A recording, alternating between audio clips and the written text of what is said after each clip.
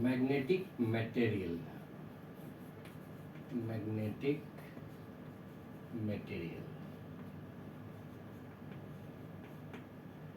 ये चैप्टर 5 का पार्ट है। चैप्टर 5 मैग्नेटिक मटेरियल थ्योरेटिकल है और इसमें कुछ वर्ड्स हैं जो हमें पता होना चाहिए। तो पहला जो इसमें वर्ड है हम लोगों को जानना है, तो बोलते हैं मैग्नेटाइजेशन। और इन सारे वर्ड का डिफरेंट डिफरेंट नाम डिफरेंट डिफरेंट बुक में लिखा हुआ है। एनसीईआरटी को फॉलो करके हम लोग कर रहे हैं। मैग्नेटाइजेशन, मैग्नेटाइजेशन को डिफाइन किया गया है कि when a magnetic material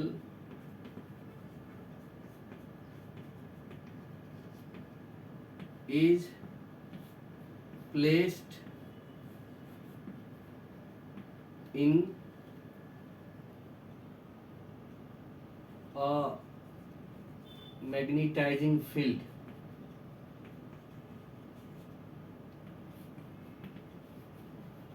then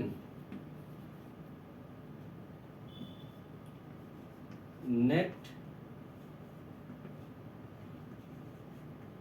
dipole moment per unit volume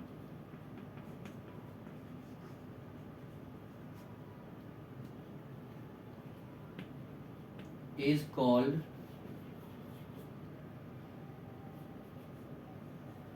magnetisation.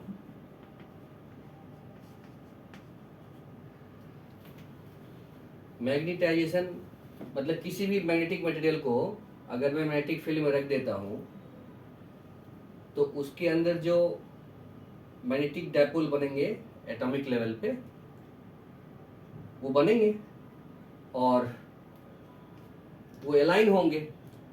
तो पर unit volume magnetic dipole moment होगा कितना, उसको ही मैग्नेटाइजेशन कहते हैं। ठीक है, तो मैग्नेटाइजेशन को हम लोग कैपिटल एम से रिप्रेजेंट करेंगे। एनसीईआरटी में इसी से किया है, अलग अलग बुक में अलग अलग से किया है। कोई कोई बुक आई वेक्टर भी यूज कर रहा है और एनसीईआरटी ने एम वेक्टर यूज किया है और इसको बोला है इन्होंने कि ये मैग्नेटिक मोमेंट लिया है एम नेट अपॉन वॉल्यूम, क्योंकि पर यूनिट वॉल्यूम है ये, तो एम की ये हो गया फॉर्मूला हमारा। मतलब कितना dipole moment per unit volume develop हो रहा है, इसको मैग्नेटाइजेशन ही कहते हैं, है ना। अगर ज़्यादा डायपोल मोमेंट डेवलप हो रहा है पर यूनिट वॉल्यूम तो ज़्यादा मैग्नेटाइजेशन हो जाएगा, और अगर कम डेवलप हो रहा है तो कम हो जाएगा। तो मैग्नेटाइजेशन की वैल्यू मैग्नेटिक मोमेंट पे डिपेंड करती है। और ये जो मैग्नेटिक मोमेंट है हमें पता है कि अगर हाई फील्ड में रखेंगे, हाई मैग्नेटाइजिंग फील्ड में रखेंगे तो एम नेट की वैल्यू ज़्यादा हो सकती है, ज़्यादा होगी। और तो इसीलिए अगर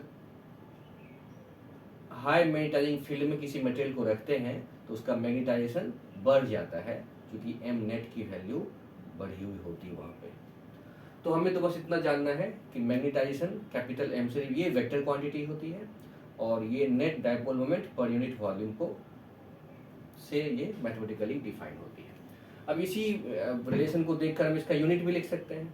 मैग्नेटिक मोमेंट है तो मैग्नेटिक मोमेंट ऊपर में आ रहा है, तो मैग्नेटिक मोमेंट का क्या था हमारा फॉर्मूला, आई ए और अपॉन वॉल्यूम है, तो एरिया बाय वॉल्यूम, तो एक यूनिट नीचे में बच जाएगा लेंथ का, तो एरिया, तो मतलब इसको एम्पियर बोलेंगे, एम्पियर पर मीटर, क्योंकि नीचे में मीटर ही बचेगा, तो एम्पियर पर मीटर जो है इसका यूनिट हो जाएगा। इस हिसाब से इसका हम डायमेंशन भी लिख सकते हैं, है ना।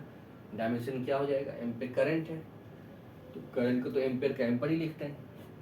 एम वेक्टर का अगर मैं वो लिखूं तो ये ए और एल हो जाएगा -1, ये हो जाएगा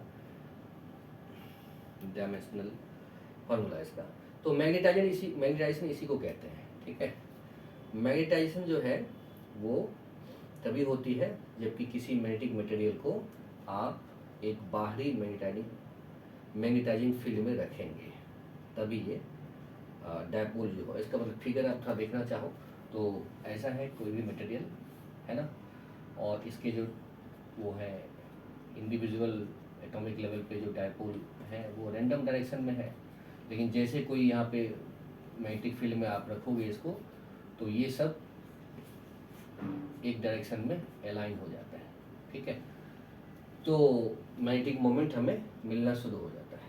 बट यहाँ पे नेट मैग्नेटिक मोमेंट 0 था, क्योंकि ये जो जितने भी एटॉमिक लेवल पे है सब रैंडम डायरेक्शन में है, तो नेट मैग्नेटिक मोमेंट 0 हो जाएगा। बट यहाँ पे मैग्नेटिक मोमेंट आपको मिल जाएगा क्योंकि बाहरी फील्ड यहाँ आ चुकी है। तो मैग्नेटाइजेशन जो है, फिर से एक बार बोल देता हूँ, net dipole moment per unit volume is called magnetisation, ठीक है।